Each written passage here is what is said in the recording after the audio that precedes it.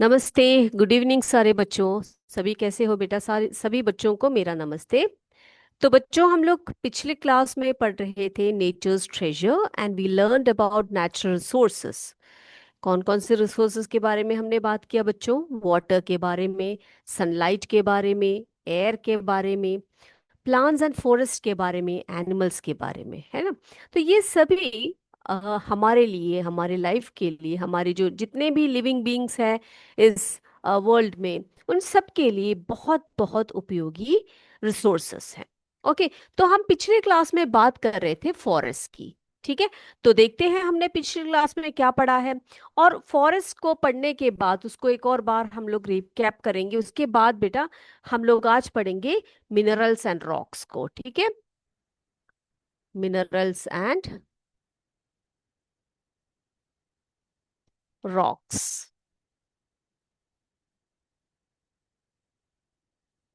उसके बाद हम बात करेंगे फॉसिल फ्यूल्स की।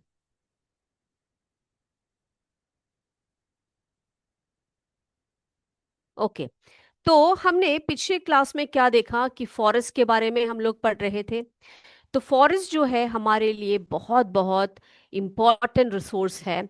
तो फॉरेस्ट में क्या पढ़ा था हमने बेटा? फॉरेस्ट के बारे में क्या पढ़ा था? ओके। तो हमने पढ़ा था कि फॉरेस्ट जो है they are one of the most important natural treasures on the earth.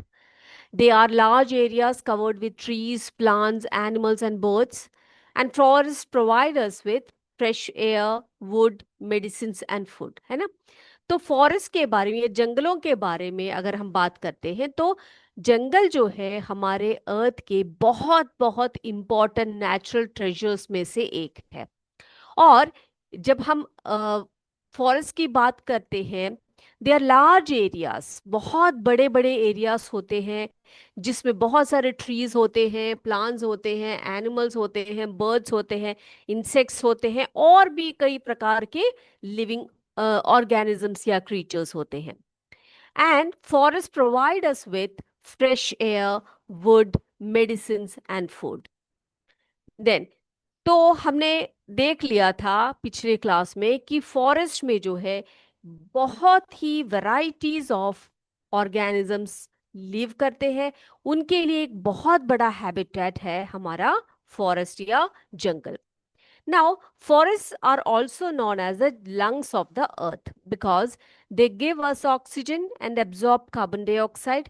Many animals like tigers, elephants, deer, monkeys, and so many animals live in forest, making them their home. है ना? तो forest को हम lungs of the earth कहते हैं। क्यों lungs of the earth कहते हैं ये आपको बताया था कि इतने सारे पेड़ पौधे होते हैं कि उस वहां से जो ऑक्सीजन का जो रेट होता है, ऑक्सीजन जो होता है बहुत ज्यादा मात्रा में रिलीज होता है, और कार्बन डाइऑक्साइड को सारे पेड़ पौधे जो है एब्जॉर्ब करते हैं। और साथ ही साथ जितने भी लिविंग ऑर्गेनिजम्स हैं उनके लिए वो एक घर है। Now, the forest cover has been decreasing mainly due to human activities like large scale cutting of trees, है ना? तो बहुत ज्यादा अभी कुछ के जो साल है इन सभी में जो ट्रीज है या डिफॉरेस्टेशन जो है बहुत ज्यादा स्केल में हुआ है। And we all know that it takes many years to restore lost forest, है ना? हमें पता है कि जो नष्ट हुए हैं जो फॉरेस्ट, जिनको हमने काट के हमने बर्बाद किए हैं, उनको रीस्टोर होना थोड़ा सा मुश्किल का काम है। And we must preserve and use forest responsibly.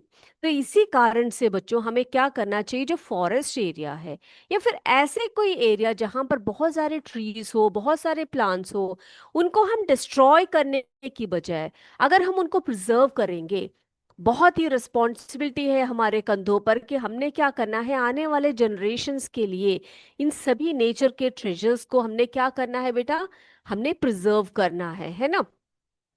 Now you know the importance of wild life. The forest provides a natural habitat for many wild animals, birds and insects, offering them food and shelter. तो forest जो है एक natural habitat provide करता है सभी living beings के लिए, और साथ साथ में उनको फूड और शेल्टर भी प्रोवाइड करता है। Now, the variety of life in forest ensures that all creatures have enough food. अब बेटा फॉरेस्ट में प्लांट्स है, प्लांट्स को खाने वाले हर्बीवोरस एनिमल्स है, हर्बीवोरस एनिमल्स को खाने वाले कार्निवोरस एनिमल्स है।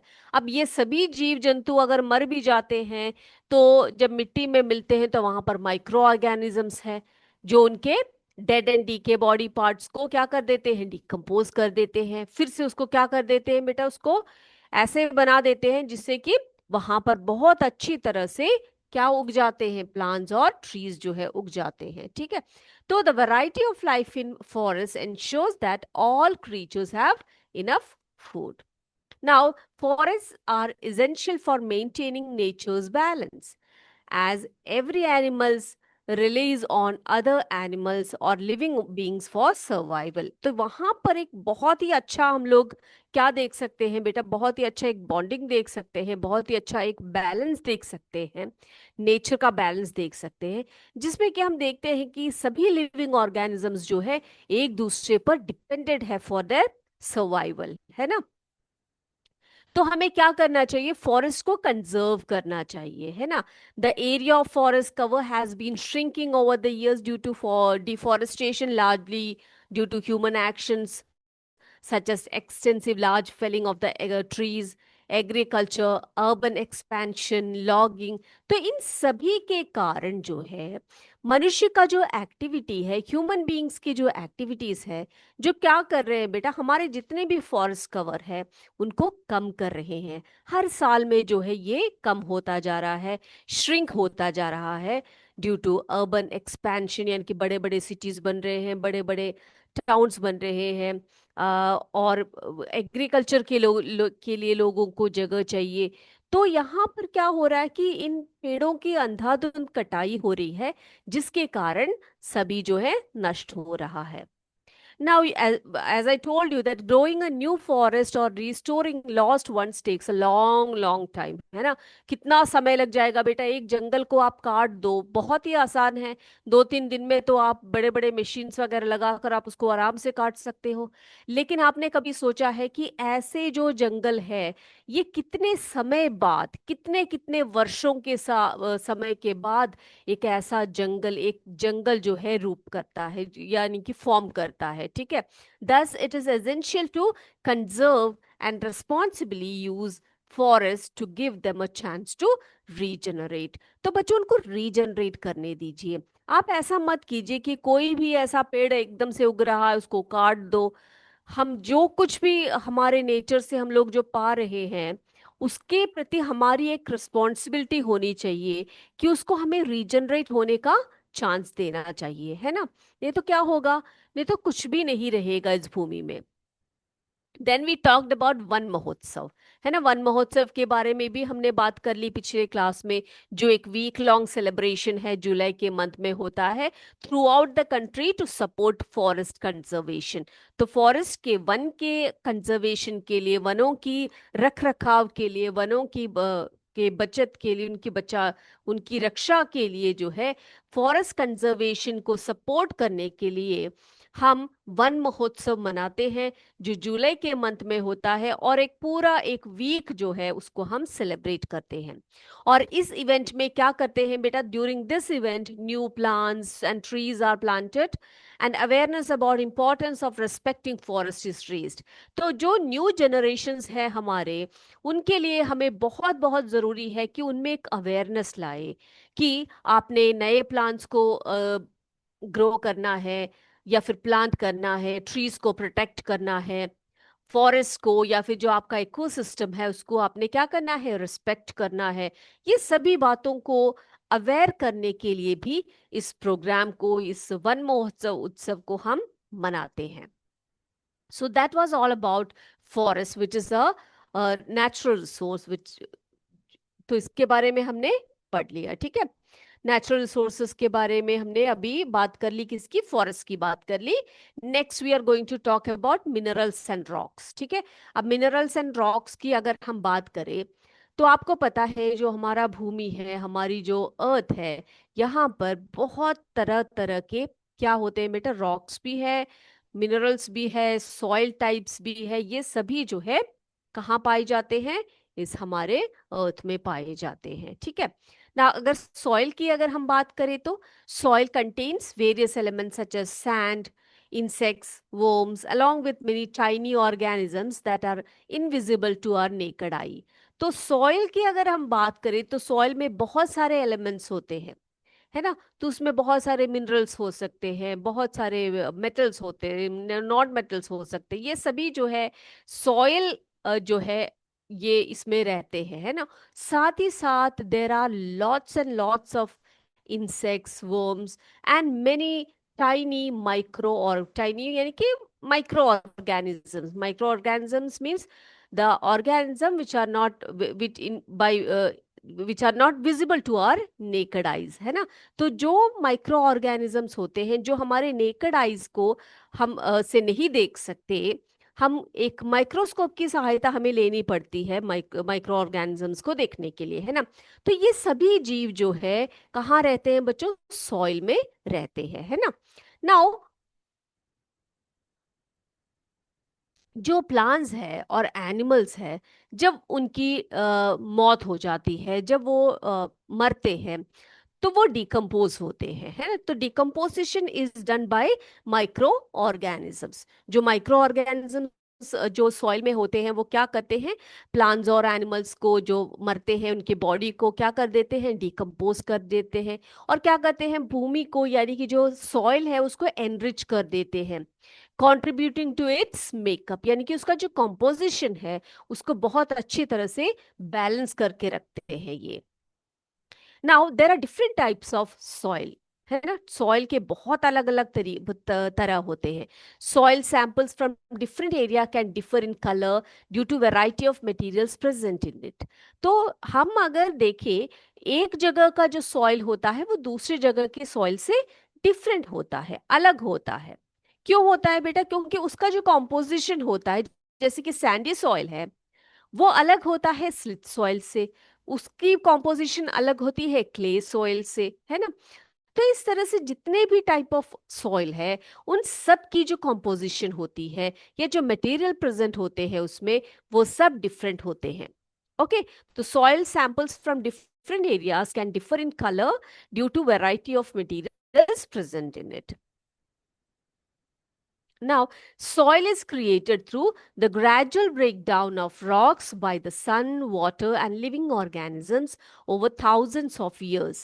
तो बेटा जो सॉइल है, जो मिट्टी है, वो कैसे बनती है? वो धीरे धीरे धीरे करके जो रॉक्स होते हैं उनको वो जब सूर्य के नीचे पड़े होते हैं, यानी कि सूर्य की गर्मी के कारण थोड़ा थोड़ा करके ब्रेक डाउन होने लगते हैं, पानी के बहाव के कारण हो सकता है, लिविंग ऑर्गेनिजम्स उनको छोटा छोटे टुकड़ों में जो है काट देते हैं। तो ये सभी के कारण जो है सॉइल जो है बनता है। ठीक है। तो soil is created through the gradual break down of rocks by the sun, water and living organisms over thousands of years, है ना। तो ये बहुत ही आसान एक प्रोसेस नहीं है, ये बहुत सारे वर्ष लग जाते हैं इसको होने में। Now, different types of soil are suitable for specific uses। अब बेटा आपको पता है जो अलग अलग तरीके के जो सॉइल्स होते हैं उनका अलग अलग यूज होता है। Some are great for growing certain plants, while other are ideal for making bricks for construction। तो बेटा हमें पता है जो सॉइल होती है, सॉइल से हम लोग कई प्रकार के सॉइल कई कई काम आते हैं। जैसे कि कुछ सॉइल में जो है प्लांट्स बहुत अच्छी ग्रोथ करते हैं, कुछ सॉइल में प्लांट्स अच्छे से ग्रोथ नहीं करते हैं। कुछ सॉइल जो है ब्रिक्स वगैरह बनाने में काम आते हैं, कुछ सॉइल से कंस्ट्रक्शन वर्क्स चलता है, और कुछ सॉइल से जो है हम पॉटरी वगैरह बना सकते हैं, कईयों से नहीं बना सकते। तो जो अलग अलग सॉइल है जिनका कॉम्पोजिशन अलग अलग है, जिसका टेक्सचर अलग अलग है, उन सभी का जो है अपना अपना यूज होता है। ओके। चलिए, नाउ द फॉरेस्ट, हमने अभी भी बात की फॉरेस्ट की, है ना। तो फॉरेस्ट में हमने देखा कि वैरायटी ऑफ लिविंग ऑर्गेनिजम्स को वो हैबिटेट देती है, यानी कि रहने की जगह देती है, उनको फूड देती है, उनको शेल्टर देती है। ये सब हमने देख लिया। तो फॉरेस्ट जो है it host a diverse range of soils. अब फॉरेस्ट में ही हम देखें तो वहां पर बहुत अलग अलग तरीके के सॉइल्स होते हैं। तो फॉरेस्ट जो है कंट्रीब्यूट करता है क्या, अलग अलग प्रकार के सॉइल्स को, है ना। तो बहुत अलग अलग तरीके के सॉइल्स हम लोग फॉरेस्ट में देख सकते हैं। The next one is rocks. ठीक है, रॉक्स की बात करते हैं। So rocks are commonly seen around us and are used in building of houses, building roads and other structures. तो बेटा जो रॉक्स होते हैं वो हम जो है हमारे आसपास हम लोग देखते हैं रॉक्स को, है ना। तो ये जो रॉक्स होते हैं ये कई काम आते हैं। हम अपने घरों को बनाने के लिए इनका यूज करते हैं, बिल्डिंग्स बनाने के लिए, रोड्स बनाने के लिए, कई और स्ट्रक्चर्स बनाने के लिए भी हम किसका उपयोग करते हैं बेटा, रॉक्स का उपयोग करते हैं। Some rocks like slate are used for roofing, while laterite can made into bricks. Notable rocks include granite, sandstone, and marble. These are all used in manufacture. Sorry, these are all used in building houses or some other purposes, है ना। For जो है slates है, जो rocks like जो slate type के जो rocks होते हैं वो रूफिंग के लिए उपयोग करते हैं उसका। लैटराइट जो होती है उसको हम लोग ब्रिक्स बनाने में यूज करते हैं। कुछ रॉक्स होते हैं जिसमें कि ग्रेनाइट होती है, सैंडस्टोन होती है, मार्बल होती है। इन सब का हम लोग क्या कर सकते हैं बेटा, फ्लोरिंग वर्क में यूज करते हैं हम लोग। कई लोग वॉल्स में इसका यूज करते हैं। तो ये सभी जो रॉक्स है, ये सभी different different types of rocks जो है हम अलग अलग पर्पस के लिए भी हम लोग यूज करते हैं। Now for thousands of years human have relied on rocks to create tools like hand axes and arrowheads। तो आपको पता है बेटा, आपने सोशल स्टडीज वगैरह में पढ़े होंगे कि बहुत सालों वर्षों पहले, thousands of years ago, humans क्या क्या करते थे बेटा, ये जो रॉक्स है, ये जो स्टोन्स वगैरह है, इन्हीं से वे क्या करते थे, इन्हीं का वे टूल्स बनाते थे, है ना। हैंड एक्सेस, एरो हेड्स वगैरह जैसे टूल्स होते थे, ये लोग बनाते थे। उसी से जानवरों का शिकार करते थे, है ना, हंटिंग पर्पस के लिए यूज करते थे। उनके अपने जो बाकी जो डोमेस्टिक पर्पसेस है उन सब के लिए यूज करते थे। उनके जो एग्रीकल्चर पर्पस है, यानी कि एग्रीकल्चर में जो टूल्स होते, एग्रीकल्चर टूल्स वगैरह जो होते, वो भी वो लोग क्या करते थे, स्टोन से बनाते थे, है ना। Next we'll talk about minerals. तो मिनरल्स की अगर हम बात करें तो जो रॉक्स होते हैं उसमें मिनरल्स होते हैं। ठीक है, rocks are composed of minerals from which essential metals like aluminium, gold, copper and iron are extracted. तो बेटा रॉक्स में जो मिनरल्स होते हैं और उसमें से हम लोग क्या करते हैं बेटा, मेटल्स को एक्सट्रैक्ट करते हैं। मेटल्स जैसे कि एल्यूमिनियम, गोल्ड, कॉपर, आयरन, इन सभी को हम लोग क्या करते हैं, उनमें से निकालते हैं, निष्कर्ष करते हैं, बोलते हैं ना हम लोग, एक्सट्रैक्ट करते हैं। चलिए, अब ये जो मिनरल्स है, these are crucial for manufacturing items such as airplanes, cars, jewellery, cosmetics and electrical equipments. तो ये जो मिनरल्स जो हम लोग एक्सट्रैक्ट करते हैं, इन सब में से निकालते हैं, जो हमारे भूमि में से, अर्थ में से, जो हमारा एक नेचुरल रिसोर्स है, ये इसका हम लोग बहुत जगहों पर उपयोग करते हैं। जैसे कि कुछ थोड़ा सा एग्जाम्पल मैंने आपको बताया है, एयरप्लेन्स में, कार्स में, ज्वेलरी में, कॉस्मेटिक्स में, इलेक्ट्रिकल इक्विपमेंट्स में, और भी बहुत सारे ऐसे चीजें हैं जिसमें हम मिनरल्स का बहुत ज्यादा यूज करते हैं, है ना। Now the formation of rocks takes thousands to millions of years, making it important to use and conserve them wisely. अब बेटा जो रॉक्स जो बनते हैं, जैसे कि मैंने आपको बताया, सॉइल का फॉर्मेशन बताया, फॉरेस्ट का फॉर्मेशन बताया, तो इन सभी में जैसे फॉरेस्ट वगैरह तो कुछ ही सालों में सब बन जाते हैं, यानी कि कोई 10-50 साल में सब बहुत ही बड़े बड़े फॉरेस्ट बन जाते हैं। लेकिन जो सॉइल होती है, जो रॉक्स वगैरह होते हैं, इनको बनने में बहुत ज्यादा टाइम लगता है, thousands to millions of years मिलते हैं। तो हमें क्या करना चाहिए, इन सब का जो है बहुत ही वाइजली जो है, इन सभी जो हमारे रिसोर्सेस है, नेचुरल रिसोर्सेस है, इनका हमें क्या करना चाहिए, उपयोग करना चाहिए। ठीक है, अब अगला है अगला हम बात करेंगे फॉसिल फ्यूल्स की। ठीक है, फॉसिल फ्यूल्स की बात करते हैं। मिनरल्स एंड रॉक्स के बारे में हमने बात कर लिया, वाटर के बारे में आपको बता दिया, सनलाइट के बारे में बता दिया, एयर के बारे में भी हम लोग पढ़ चुके हैं, और फॉरेस्ट के बारे में भी हमने पढ़ लिया है। ओके, अब अगला हम पढ़ने जा रहे हैं फॉसिल फॉसिल फ्यूल्स के बारे में।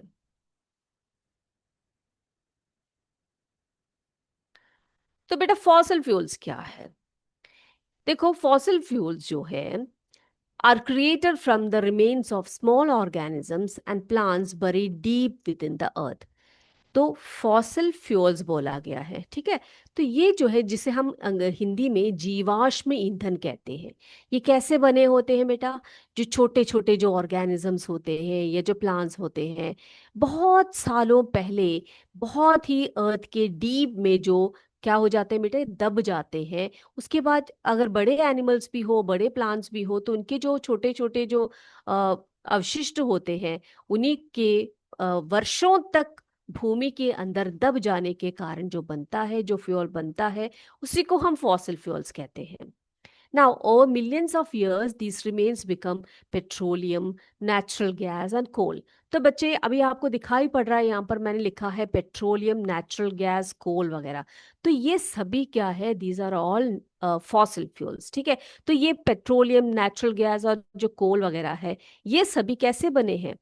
बहुत सारे thousands and millions of years के बाद जो डेड और डीके जो वेस्ट, जो हमारे प्लांट्स और एनिमल्स और जो ऑर्गेनिजम्स है, उनके जो है बॉडी वगैरह जो है वो डीपली जो हमारे सॉइल वगैरह में जो है बरीड हो जाते हैं, और उसी के ऊपर जो रिएक्शंस, केमिकल रिएक्शंस वगैरह होते हैं, उसी के कारण ये बने होते हैं, ठीक है। Now, petroleum, natural gas, and coal are collectively known as fossil fuels। तो पेट्रोलियम, नेचुरल गैस, कोल, इनको हम क्या कहते हैं बेटा? इन्हीं को हम फॉसिल फ्यूल्स कहते हैं। तो इन सभी का जो निर्माण है वो इसी तरह से हुआ है ना। Fossil fuels exist in limited amounts. आप सोच सकते हो कि जो फॉसिल फ्यूल्स है उसका उसकी एक लिमिट है, ठीक है। If we keep using them as we do now, they will run out soon. तो अगर जो हम लोग कर रहे हैं अभी, कि लगातार हम लोग, हमारा तो पॉपुलेशन बढ़ता जा रहा है मनुष्यों का, है ना। तो हम लोग क्या करते हैं बेटा? इनका लगातार हम लोग क्या यूज कर रहे हैं। तो इसी तरह से अगर हम यूज करते रहेंगे इनका, तो कुछ ही समय बाद तो ये बिल्कुल ही खत्म हो जाएंगे, है ना। Yes. Now, to prevent this, we need to look for alternative energy resources। यानी कि जो इसको हमें प्रिवेंट करने के लिए, जैसे कि मैंने पिछली क्लास में आपको बताया था, कि आपको मैंने बताया था कि जो हमारी विंड एनर्जी है, जो हमारी सोलर एनर्जी है, उन सभी प्रकार के जो एनर्जी सोर्सेस है, उनको हमने क्या करना है? उनको अपने अपनाना है, ठीक है। और जो फॉसिल फ्यूल्स वगैरह है, उसका उपयोग हमने क्या करना है? कम करना है। Now, common types of fossil fuels, petrol and diesel are the most commonly used fuels for vehicles। अब बेटा, जो vehicles वगैरह है, जो हमारी गाड़ियां हैं, उनमें हम ज्यादातर पेट्रोल और डीजल का प्रयोग करते हैं, है ना, जो बहुत ही कॉमन टाइप है फॉसिल फ्यूल्स का। तो इसका उपयोग हम लोग क्या कर रहे हैं बेटा? व्हीकल्स में कर रहे हैं, है ना। तो व्हीकल्स जो है, हमें पता है दिन बर दिन बढ़ते जा रहे हैं, जैसे जैसे मनुष्य का पॉपुलेशन बढ़ता जा रहा है, व्हीकल्स भी बहुत ज्यादा आ रहे हैं। तो अगर ज्यादा व्हीकल्स है तो बहुत ज्यादा पेट्रोल और डीजल उसमें चाहिए, है ना। तो इस तरह से इसका क्या हो जाएगा बेटा? डिप्लीशन हो रहा है। Now, petrol, diesel and kerosene come from petroleum. तो बच्चे, जो पेट्रोल है, डीजल है, केरोसिन है, ये सब कहाँ से आता है बेटा? पेट्रोलियम से आता है, ठीक है। पेट्रोलियम का फ्रैक्शनल डिस्टिलेशन, वो मैं आपको अगले क्लास में या फिर अगले आप जो है सेवेंथ स्टैंडर्ड में पढ़ेंगे इसके बारे में। तो फ्रैक्शनल डिस्टिलेशन के प्रोसेस से क्या होता है बेटा? पेट्रोलियम से पेट्रोल को, डीजल को, केरोसिन को निकाला जाता है, ठीक है, एक्सट्रैक्ट किया जाता है। Okay. Now, natural gas is used for cooking. जो नेचुरल गैस है, उसको हम लोग कुकिंग के लिए यूज कर सकते हैं, इलेक्ट्रिसिटी जनरेट करने के लिए यूज करते हैं। It is now also used as compressed natural gas, जिसे हम सीएनजी कहते हैं। इसको जरा आप नोट करके रखिएगा बेटा, सीएनजी यानी कंप्रेस्ड नेचुरल गैस। इसका हम लोग आजकल बहुत ज्यादा यूज कर रहे हैं व्हीकल्स वगैरह में, and it is a cleaner option then petrol और डीजल। और ये जो है एक बहुत ही अच्छा तरीका है, एक क्लीनर वर्जन है किसका, जो व्हीकल्स में हम लोग फ्यूल्स का यूज कर रहे हैं, पेट्रोल और डीजल के बदले हम लोग इसका उपयोग कर सकते हैं। ओके, चलिए। नाउ, कोल के बारे में अगर हम बात करें तो coal is primarily use for electricity generation and is found in several regions of India.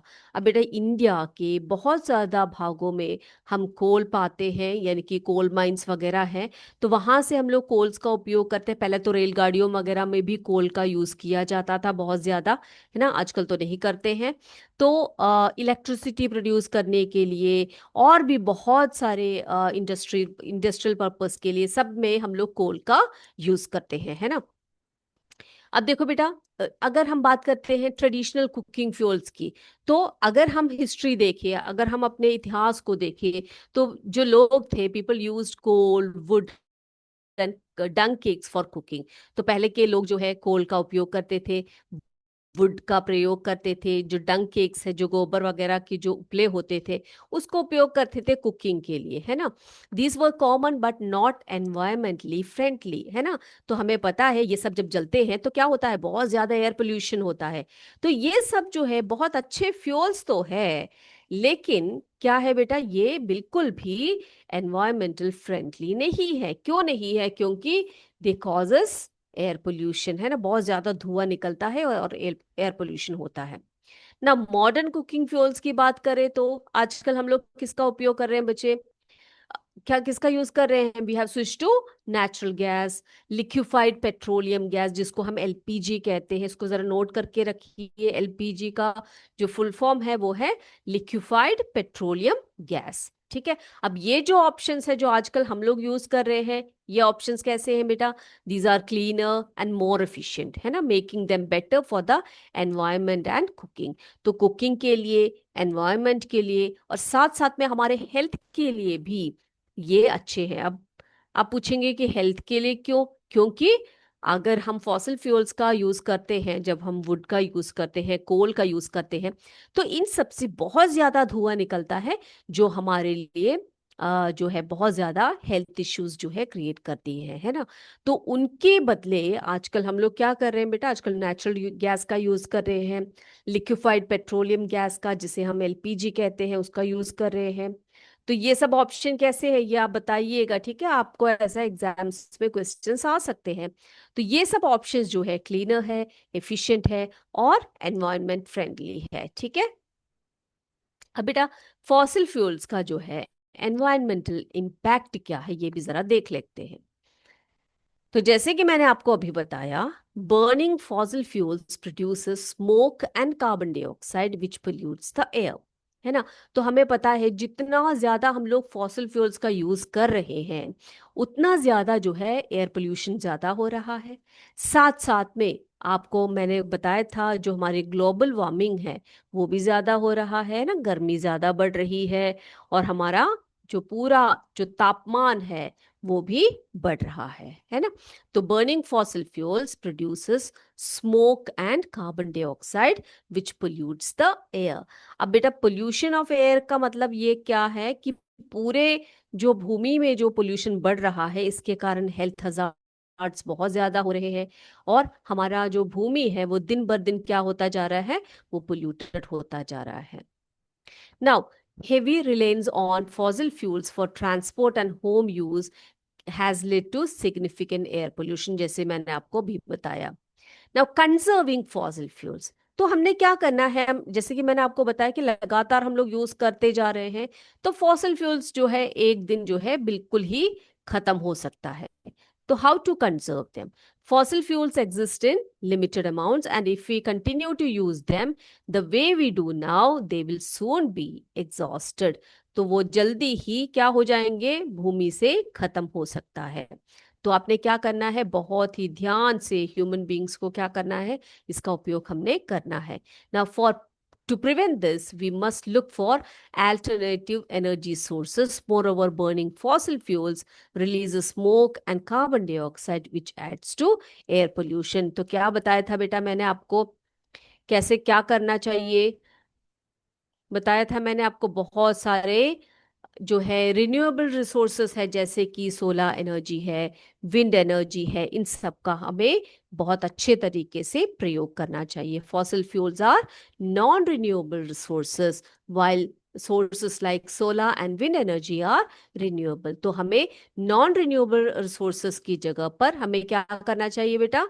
Solar energy, wind energy जैसे रिन्यूएबल सोर्सेस का उपयोग ज्यादा से ज्यादा करना चाहिए, जो कि बहुत ही कम पोल्यूशन देता है। ठीक है, तो आज के लिए बस इतना ही। अगले क्लास में आपसे फिर मिलेंगे। तब तक जय विद्या शक्ति, जय हिंद, जय भारत। धन्यवाद। Thank you.